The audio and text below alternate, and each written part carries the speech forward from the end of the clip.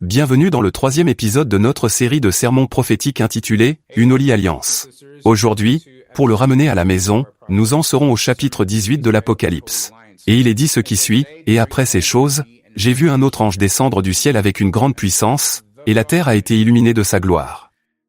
Et il s'écria d'une voix forte, disant, « Babylone la grande est tombée, et elle est devenue la demeure des démons, la prison de tout esprit impur et la cage de tout oiseau impur et odieux, car ils ont bu du vin de la colère de la fornication, les rois de la terre se sont livrés à la fornication avec elle, et les marchands de la terre se sont enrichis grâce à l'abondance de ses délices. Et j'entendis du ciel une autre voix qui disait, « Sortez du milieu d'elle, mon peuple, afin que vous ne participiez pas à ses péchés, et que vous ne soyez pas sujets à ses fléaux, car ses péchés sont parvenus jusqu'au ciel, et Dieu s'est souvenu de ses iniquités.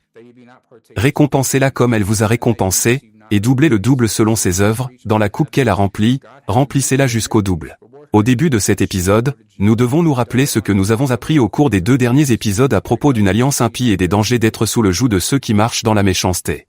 Aujourd'hui, nous discutons d'un système spécifique qui sera mis en place, si ce n'est pas déjà fait. C'est ce qu'on appelle le système babylonien. Maintenant, le problème avec ce système babylonien, c'est que je ne veux pas trop m'attarder sur la théologie à ce sujet. Cependant, ce dont nous devons être conscients aujourd'hui, à l'époque dans laquelle nous vivons actuellement, c'est que les Écritures nous donnent 3 manières d'identifier ce système babylonien. Tout d'abord, il dit que c'est un lieu de démons, ce qui signifie que c'est un endroit où la méchanceté abonde. La méchanceté est le fait de personnes qui poursuivent l'imagination perverse de leur cœur. Ensuite, il est dit que c'est un lieu de mauvais esprits. En d'autres termes, les esprits démoniaques sont invités à vivre dans cette atmosphère, cette société et les confins des plus hauts lieux d'existence de ce pays, de ce groupe de personnes, de cette communauté et d'autres lieux similaires. Il parle d'un endroit où vivent des oiseaux impurs et haineux, en d'autres termes, d'un endroit où l'on crée des abominations, des perversions et des actes de corruption qui sont célébrés dans cette société. Ce sont les 3 principaux éléments mentionnés dans les Écritures pour nous aider à comprendre quand nous savons que nous avons affaire à un système babylonien. À partir de ces 3 éléments, nous voyons la manifestation de toutes sortes de mots, des expressions de perversion, etc. Si vous commencez à réfléchir à votre vie et au système dans lequel vous vous trouvez, qu'il s'agisse d'un système national ou mondial, d'un système de votre communauté ou d'une société à laquelle vous appartenez, ce sont les signes révélateurs du système babylonien. De plus, supposons que vous soyez en alliance avec ces systèmes.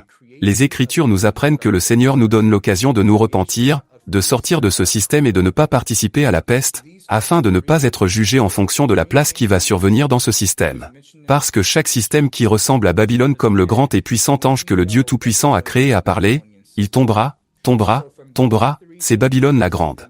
Vous voyez qu'avec ce système mondial, ce système babylonien que nous voyons de nos propres yeux et que nous verrons se manifester dans une plus grande mesure, ainsi que la perversion et la méchanceté à venir, c'est que ce système a une façon d'attirer des saints pour qu'ils y participent. Pourquoi ? Parce que cela semble souhaitable. Les subtilités de ce système nous tentent parce qu'il promet richesse, succès et prospérité aux dépens de notre obéissance au Seigneur, compromettant ainsi notre intégrité en Christ qui nous a appelés à suivre les commandements de Dieu. Vous voyez, on nous a dit de sortir de ce système. Cependant, vous pourriez alors poser une question du type « Et, peut-être que je suis conscient que je suis dans cet endroit, dans ce système qui existe à Babylone. Mais comment suis-je censé m'assurer de mon bien-être ? Comment suis-je censé vivre si on me demande de sortir du système et que je n'ai plus aucun moyen de subvenir à mes besoins ? Moi aussi, je dois vivre. Je dois gagner ma vie, oui, c'est une déclaration compréhensible. Mais c'est la raison pour laquelle j'aime les Écritures. Nous pouvons y trouver nos réponses. Les Écritures nous présentent 2 histoires sur lesquelles nous pouvons compter pour savoir comment nous devons faire preuve d'intégrité lorsqu'il s'agit de faire partie d'un système babylonien. La première personne que nous avons est Daniel. Daniel était un homme qui a été amené en captivité. C'est un Israélite qui est parti en captivité après la venue de Dieu et qui a provoqué la chute d'Israël à cause de sa rébellion. Vous voyez, Israël a alors commencé à ressembler à ce type de système babylonien, à cet esprit babylonien qui a finalement conduit à leur expulsion de la Terre Sainte. Cependant, même si Daniel faisait partie des personnes qui ont été envoyées en exil dans l'actuel pays de Babylone, l'Empire de Babylone, ce que vous remarquerez à propos de Daniel, c'est qu'il était un homme intègre. Il a fait ce qu'il était tenu de faire, il a accompli les tâches obligatoires qui lui étaient assignées dans l'administration de Babylone. Cependant, il a refusé d'adopter les valeurs du système babylonien. Parce qu'il a refusé d'adopter les valeurs du système babylonien, il a été persécuté pour cela. De plus, nous venons de lire dans les Écritures comment le système babylonien actuel persécutera le peuple de Dieu. De plus, ce n'est pas tant parce que nous l'avons totalement rejeté, mais parce que nous refusons de recevoir les valeurs de ce système babylonien. En même temps, nous participons à l'accomplissement de nos obligations. Ensuite, nous voyons qu'un complot a été fait contre lui. Il a été jeté dans la fosse aux lions parce que, tout en accomplissant ce qui lui était demandé dans son bureau, il a refusé d'adopter la valeur babylonienne. Il a conservé sa pureté, il a conservé son intégrité en son Dieu. Alors qu'il était dans la fosse aux lions, les méchants ont pensé que nous avions enfin notre revanche contre cet homme qui a refusé d'adopter nos valeurs. Qu'a fait le Seigneur? Il a fermé la gueule des lions. Ensuite, nous avons eu l'histoire des 3 hommes hébreux, où ils accomplissaient les tâches qu'ils étaient tenus d'exécuter conformément à leurs obligations. Cependant, ils ont refusé d'adopter les valeurs de ce système païen de captivité. Lorsque le roi a donné l'ordre à tous de plier les genoux et d'adorer cette idole, les hommes ont continué à faire preuve d'intégrité divine et ont refusé d'adopter les valeurs de ce système. Ils ont ensuite été persécutés pour ne pas avoir adopté les valeurs et ont été jetés dans les flammes de la fournaise ardente. Quoi qu'il en soit, que s'est-il passé dans cette écriture? Il y avait un 4e homme dans l'incendie qui les protégeait. Dans le chapitre 18 de l'Apocalypse, nous rappelons que l'ange puissant annonce la chute de Babylone. Lorsque nous prenons cette écriture et que nous réfléchissons à l'histoire de Daniel, nous voyons qu'il a refusé de faire des compromis, qu'il a soutenu son Dieu jusqu'à la mort. Grâce à sa position audacieuse, non seulement Dieu l'a sauvé des lions, mais Dieu a veillé à ce que Daniel soit promu dans le système babylonien. Mais lorsque le Seigneur a appelé à la destruction de Babylone par l'armée d'invasion des Perses, nous nous rendons vite compte dans l'histoire que Daniel n'a pas perdu sa place de fonction. Daniel n'a pas péri avec le peuple de Babylone. Non, au lieu de cela, Daniel a simplement quitté un bureau sous le système babylonien et est simplement passé à un nouveau bureau sous le système persan. Il n'a pas été touché, il a été protégé. Dieu a préservé Daniel à travers tout cela et de toutes les manières. En conséquence, la leçon que nous avons apprise à ce sujet est que les Écritures nous disent que nous devons sortir de Babylone, sortir des péchés de Babylone, sortir du compromis que nous avons fait avec Babylone, sortir des valeurs que nous avons adoptées dans le système babylonien actuel.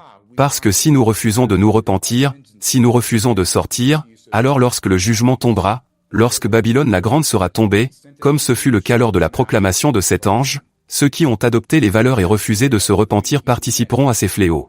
Ils tomberont dans ce système et subiront une perte tragique, parfois jusqu'à la perte de leur salut. C'est pourquoi nous devons nous regarder et considérer cet appel à l'action dans lequel nous examinons notre cœur et disons, « Seigneur, je sais que ce système spirituel dirigé par des principautés spirituelles a conquis le monde. Cependant, je sais aussi que j'ai besoin de gagner ma vie. Aidez-moi à apprendre comment je peux m'en sortir avec intégrité. » Le Seigneur nous a donné les exemples de ces 2 histoires que je vous ai racontées. Si vous continuez à marcher dans l'intégrité du Christ, en respectant sa parole et son témoignage, même si vous accomplissez les devoirs que vous êtes tenus de faire, si nous refusons de faire des compromis, si nous refusons d'adopter les valeurs de ces systèmes pervers, même si nous sommes persécutés, notre Dieu est plus que capable de fermer la gueule aux lions qui s'en prennent à nous. Notre Dieu peut être le 4e homme dans le feu pour nous empêcher d'être brûlés par de méchants stratagèmes. Concluons maintenant cet épisode en évoquant les conséquences des nations qui ont bu le vin, de la colère de sa fornication, celles qui ont bu dans cette coupe. Parce qu'ils ont bu cette coupe, chaque nation qui a participé à ce système babylonien sera jugée. Il n'y a donc aucun endroit physique dont nous puissions sortir pour fuir ce système babylonien. Cependant, il y a une place spirituelle dans votre cœur. Aujourd'hui, engagez-vous à ce que, dans votre cœur et votre esprit, vous soyez aussi concentrés que vous mettrez votre visage en forme de silex et que vous vous engagez à honorer Dieu. Vous vous engagerez sur la voie de la sainteté. Vous vous engagerez à vous sanctifier, vous vous engagerez à conserver le témoignage de Jésus-Christ. Même si vous devez participer à l'accomplissement de vos devoirs, vous n'adopterez pas les valeurs du système babylonien, même si c'est à la persécution de notre vie que nous risquons d'être mis dans la fosse aux lions ou dans une fournaise ardente. Nous n'allons pas faire de compromis et perdre notre couronne. Alors que nous terminons cette série, je prie pour que l'écoute de ce message soit une bénédiction pour vous.